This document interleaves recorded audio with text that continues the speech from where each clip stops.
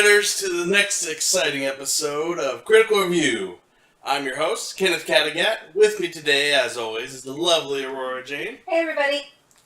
Today we are discussing episode 91, what I'm calling Ermahgerd, Rosetta, Brimstone. How you doing today? I'm doing okay. What were your overall thoughts of this episode? Positive or negative? A little on the negative side. I kind of... As soon as I start to like something Keelan's doing, I start to dislike stuff that Keelan's doing. Really? Yeah. I don't know why it seems to happen that way. But... I just felt like she should have been a lot more... I don't know. I feel like the Armente was a waste.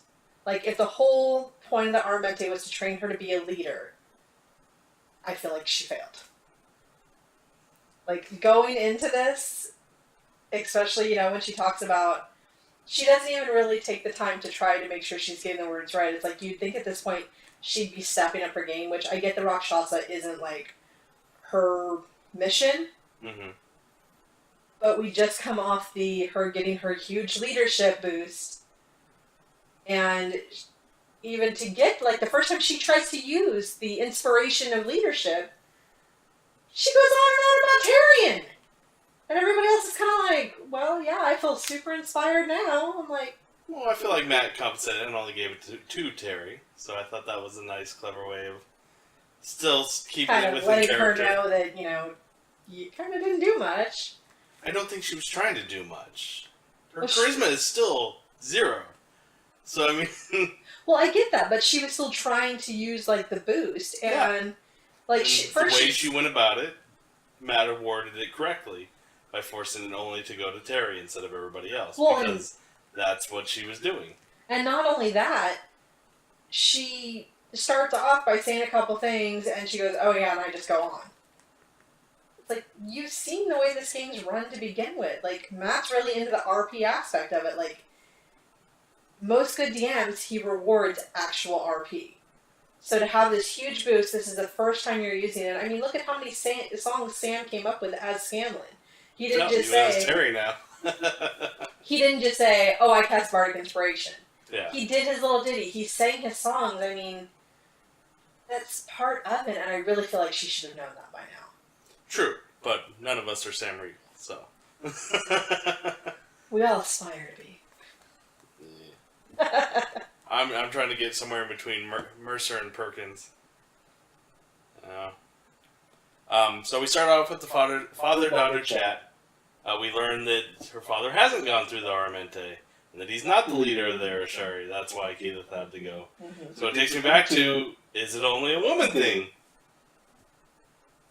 That would make sense, at least in the fact as to her mother dying provoked her to go on it. That at least would make sense. But I still go back to, does each element have their own Ashari leader that has to go on this Aramente?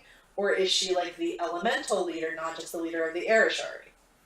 Well, from what it sounded like, I'm going to forget her name again.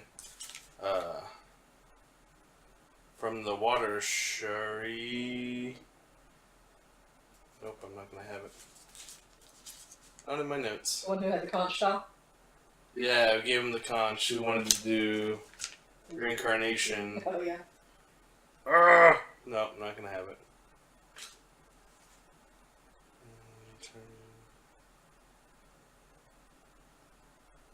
Damn it, I had it last time. I know her names. The old lady, basically. I know who you're talking about. Yeah.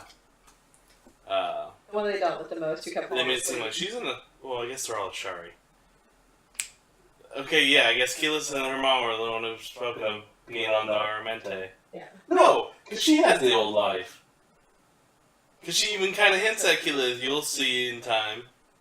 I thought she was just talking about being old, because when she kept falling asleep. Mm. I don't know. Either way could be true. Okay. I just didn't interpret that way. Let us know in the comments below if you guys know which way or that the Shari and the Armente fall.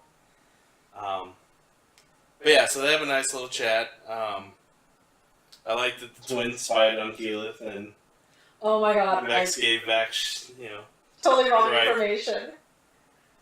They're talking about you now. Oh, they're talking about me. Oh, yes, that's exactly what they said. I like that Matt didn't make them roll any types of checks. They just let them, they know each other well enough to know whether or not they're lying. I think. Yeah. Well, not to mention the fact that, Vex can read lips, and... Yeah. I think it was just a bit of fun anyways.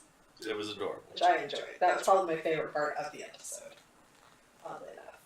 I like that Corin, her dad, is just as awkward when it comes to conversations. He's got a family trait. Right? I'm curious what her mom's like then, if she gets that from her dad. We may never Like, now I'm picturing someone way more badass. But yeah. So we spent a lot of time planning for Hell. No one knows Infernal, though, and... What's weird, everything they planned and everything they thought beforehand all went out the window. Oh, Zara knows Infernal. Nobody makes an issue to Zara. Ashley wanted them to wait to go to Hell with her. Pike's not there. Like, I get Ashley's timing is an issue, but I really feel like they could have found some other way to go. Like, I get the sense that what Matt had ready, he would have held on to until Ashley could have been there to join him to go to Hell. My thing was the quickness. It's like, alright, you finish your Armente, we celebrate, let's go. Yeah. It's like, Vax and Liam himself are saying how they want to take a break. And how they want to chill and actually chill enjoy for a that. minute Yeah. before the Raven Queen comes calling. But they're just like, let's go. It was like, nobody even debated it either. Everybody like, we just gotta go now. I think it's one of those things in D&D too, that's the next adventure. It's not like, if it were real life where maybe we just camp and we just are for a couple months. Like, that would be boring to watch. That'd be boring to play. To a degree. Like, I feel like even, like, the CW shows have that problem where every week has to be a new dramatic moment. It's like, why can't they have a day off type of show? Like, why aren't there any ever fun episodes of them just goofing off with their powers? Have a Barry and Wally race episode or something. Well, I felt like that's what, I think it was the episode before when they were in Vasselheim and they went to the library and they went to... Yeah. That's what I felt that was low-key, but, like, fast forward a week. Have 20 minutes of them just saying what they did for a week off of relaxing and unwinding and celebrating Keyless Cornet. It was literally the next day. We're like, alright, let's jump back into the fray and go to Hell. Mm-hmm. You almost lost half your party finishing the Armente. Take a breather. Yeah. That was the only thing that bugged me. That's when it kind of pulled me out of the game and made me see it as a game. Or pulled me out of the world and made me see it as a game. Was, okay, next to the next mission. Yeah. That it didn't feel like their usual planning or progression. It didn't feel fluid. Well, then it just also, I felt like they spent so much time learning about the different levels of Hell that to just vamp with lack of almost anything. I didn't feel like it made a lot of sense either.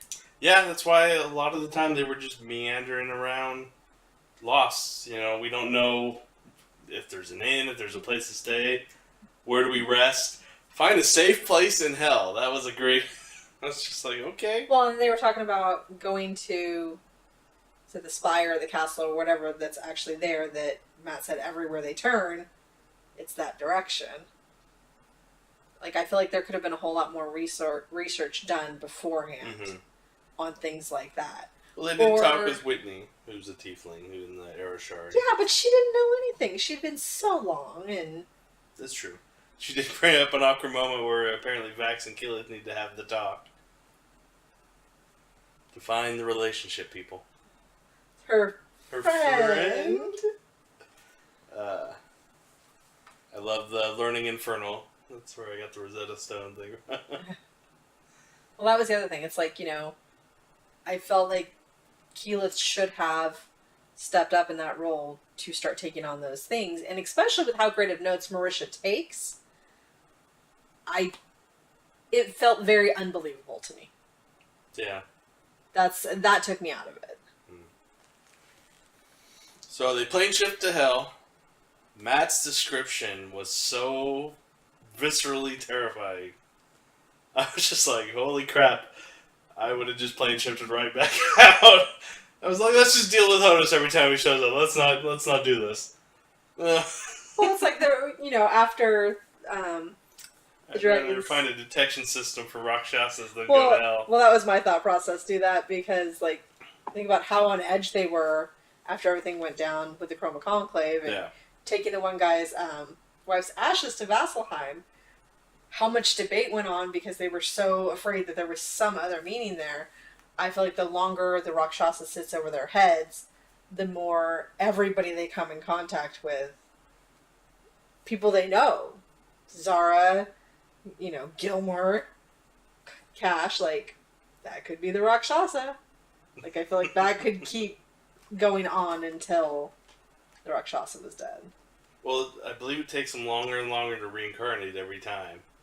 So, I mean, eventually you're going to die and it's not going to matter. So, just keep fighting them off. Why not? You're going to be stronger every time he comes. Exactly. Getting to the tower was kind of cool. No matter where you turned, it was always on the horizon. Yeah, that's what I was saying. And then they tried to go to it, but he was like, you're not getting any more near it than you are. Yeah. Thought that was interesting. That's where I was talking about. I feel like they should have done more research or maybe, like, gone to the first level of hell and, like, maybe not make allies, but gather intel. I guess that would depend on how much intermingling there is between the circles. Well, that's something to find out. I mean, and become accustomed to where you're at. Like, if you're starting to adapt a little bit, like, go to Chinatown and kind of understand what's going on there before you go to China. Not that it's going to be the same thing, but it's going to show you a bit of the different life that you'll end up seeing. And possibly different ways. That's what I mean. It was at least something they could have explored. For all we know, the first circle's worse than the fourth. Like, it could be a much more chaotic place. Oh, because I guess they did say that the fourth is where, like, people intermingle too. I don't know. This seems like the business district, I just picture it as, each level's worse than the last, was my thought process. I just picture them as just different types of punishment. Or different, I guess, people. I don't know. So they do find an inn. They're all in their tiefling forms, and they're being followed by a dwarf and some guy in chains, I guess. Mm-hmm. Do we think the white is... Well, we think it's Vax either way, but do we think it's because he was a white tiefling? Or because they can tell he's the Raven Queen's charge? See, I also thought it might be Percy. Oh, just for the white hair? Well, because he's got the white hair, and he might... Because he was marked and overcame it, he might have a bit of a white aura now. Okay. I mean, that's complete speculation. The guy they made the deal with's reaction to his power didn't suggest white. No, but I don't know. The fact that, like, I don't mean white as impure. I just kind of mean it as he had a demon or whatever it was, so to speak, basically take him over, and he was able to beat and overcome it, so maybe it changed the shade of his aura. This is complete speculation, completely pulling things out of my ass, but, it could be something like that. And yeah, he does have the white hair, and...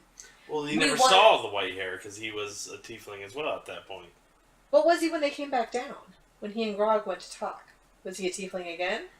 No. Well, no, he was, yeah. Oh, he was. Okay. He did go back down. He took the last altar self that Terry had. I couldn't remember exactly. But I don't know. I feel like Vax is the easy answer. Because he was the white tiefling, because he's the Raven Queen's paladin, champion. I would say, but what also throws it is that Keyleth didn't leave as a tiefling. She left as herself. And oh, she didn't change before she left? I don't know. That part's a little fuzzy for me. I don't remember. I remember her wanting to be a succubus, but for some reason waiting. So like she didn't change and then leave the room. Oh. So, because that's why she throws her hood up to hide her face and does the hands thing. Mm. So, how did the dwarf know? She was the same one from earlier. Yeah. So that's what I'm curious about. If they can see souls. Because, like, they can't see through the altar self. Right. So I'm curious what kind of vision they have. Like soul sight or something.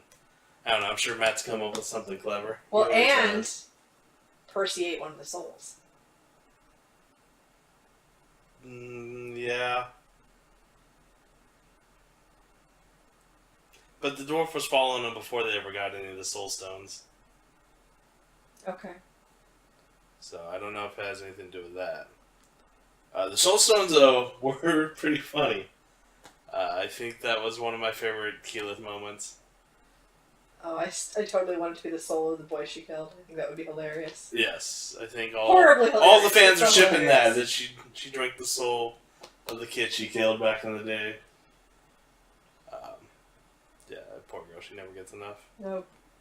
Then Terry takes one right after her, and Percy's the only one who actually makes the conscious decision to eat the soul. Yeah. One of my favorite quotes was, cast black light. It's kind of like daylight in here. I thought they said don't cast black light. Oh, yeah. And then make Whitestone great again, apparently, Percy. I don't know if he realized he said that or what, but I'm sure his Twitter feed blew up after that. It's okay, Taliesin, we still love you. I'm curious about the prison. They scry and they find what I call egg shasa. Mm-hmm. Which I would imagine underground he's in prison. his still reforming. Yeah. So hopefully... Which, and the thing he was reforming off of was basically the demon that runs the fourth level of hell, right? That Grog wanted to kidnap? Yeah, Ashura? Something like that. Oh. Yeah, I'm curious why Grog wants to do that. Or Travis, he apparently wants... He has a death wish for his crew now, it feels like. Like, it seemed like it was towards Terry, but he's, like, just trying to get anybody killed now, it seems like. I think he's completed his mission, and so he's just... Then pull a card or something, like, quit trying to kill your people. Well, I don't think he realized how big it was. I think that his thought process was just, we're so badass and powerful, we can kidnap somebody and get to where we need to be. Mm-hmm. Until I think it was Vax who was like, he's like, huge. Like, we can't kidnap him. Like, it doesn't work like that. So it could have just been a misunderstanding, of kidnapping the president to get your buddy out of jail. Like, Yeah. I think that was his thought process originally, and, even if he's the big bad demon, we're bigger and badder, or we can be, or... I think he wants to fight. Yeah. Just Travis is saying, Travis likes to fight, he likes the combat. And there hasn't been much of it lately. The last 2 episodes or so. Yeah. But he's gotten some good RPN. Yeah. I think he just doesn't like sitting around listening to people. No, I don't think so either. If it doesn't serve the story. Mm-hmm. So Percy's sit down with Ipkesh was pretty interesting. I'm curious the dark spell he did, that, like, kind of cone of silence them. Mm-hmm. That was kind of cool. I love that they made a plan, don't make any deals, and immediately make a deal. Did they end up making the deal? I felt like there was an entire discussion about No, whether because- they were going to or not. And... That's right, because that's what Keyleth's on her way to do, to see if she can find the prison on their own without making this deal. Yeah. To take on Utugash, the Taskmaster, the Lazy Taskmaster. Funny, because Grog immediately wanted to take the deal. That's what I mean. He wants to do shit that's gonna get people killed. I like the whole true names thing. I wish I knew more about the lore, about the power of a name. I've only seen it in bits and pieces of other shows. Rumpelstiltskin. Yeah. That was the original part of the lore of a name. Well, not to mention it comes into play in Harry Potter as well. The fear of the name only increases fear of the entity itself. it's different in fantasy. I'm There's sure. I'm just saying. magical ties and knowing someone's name. I think Matt's touched on it once, briefly. I forget why. Well, that's what they call it. Well, that was the other thing that bothered me. Like, all of a sudden, nobody but Laura realizes that Liam's been calling Percy Freddy for Forever. Yeah. So he was like, "Oh, did you just call him Freddy?" Oh, and Laura's like, "He's been doing that." It's like, "Thank you, Laura. I wasn't alone. Thank you." And of course, Keyleth's the first one to botch it and calls Percy by his name. Yep. How she does. But yeah. Well, I guess if you already thought it was a negative episode, I kind of did too. I didn't enjoy it that much. There was a lot of lulls. Mm-hmm. But yeah, Matt's description of hell is what saved it for me. And hearing about the bone demon and his lemurs and stuff like that. Those things are so disgusting. Hopefully they don't have to fight one soon, but I'm sure Grog's gonna try to take a swing at one and it's gonna not go well. I did like Vex's move of intimidation when she leans back about on the bar and Matt goes, "You're taking 5 points of fire damage." She's like, "Yeah, I know. I'm just taking it." And Dodie having to flip around. Rotisserie Style. Keep himself from overheating. I'm gonna be so sad Dodie breaks in hell. Well, that's what he could see the turn to can fix him, right? Or he'll make it through that, right? He can survive that, right? Which, another layer of Terry did not create Dodie. Well, Percy's not going to know either because he's more magic than he is machine. Oh, that's true too. You know, so that's out of Percy's range. It's really interesting to get a hold of one of those books that Dodie's writing in. Maybe we can get Ashley to request that Pike can look at one. That's Dodie true. has to listen to Pike. That could be fun. What are we hoping for in this week's episode?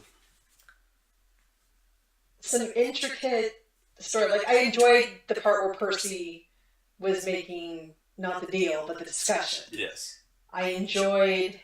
Percy's diplomacy moments are usually the best. That's what I'm kind of hoping to see a little bit more of. Okay. Little less Keyleth, a little more Percy. Well, we're obviously going to open with Keyleth, so... Well, but hopefully we'll get more information. And it's just like her intimidation of, "Oh, the white one is mine." Just like, that's not going to go over well. And it didn't. So you come with us. But yeah, we're probably going to open on an encounter. Aside from that, hell is so crazy. I hope they find the prison. Well, and didn't she try to swear on him again and he was no longer there? Otis? Yeah. No. What was it? Because I feel like she tried to scry on something again and Matt said only within 1,000 feet or something. Like... Oh, yeah. They were trying to locate object or something. And basically it lasts for... That's why she was going out for the flight. Because she had cast it. And she could just fly around and try to get within 1,000 feet of where it's at. Right. Then she would know where the prison is. Right. That's what it was. I was like, I knew there was something to do with 1,000 feet. Yeah. And then Laura getting so frustrated that she kept casting it at, like, what, 4th level and below? And she was like, he has natural magic against that. Yeah. So, I enjoy it when they have the same emotions I'm having. I feel a little less alone. I'm like, okay, I'm not alone in this thought process. So, Laura Bailey is my spirit animal. So yeah, hopefully we have a little more meat in the next episode. Something a little more dynamic and dramatic. But other than that, it wasn't bad. We haven't had a bad episode in quite some time. Aside from that, I'm just going to keep watching and enjoying the show. I'll be doing the same. Alright. We'll catch you next week. This has been Aurora Jane. I've been Kenneth Cadiat. Follow me on all my social medias. Roll on, guys.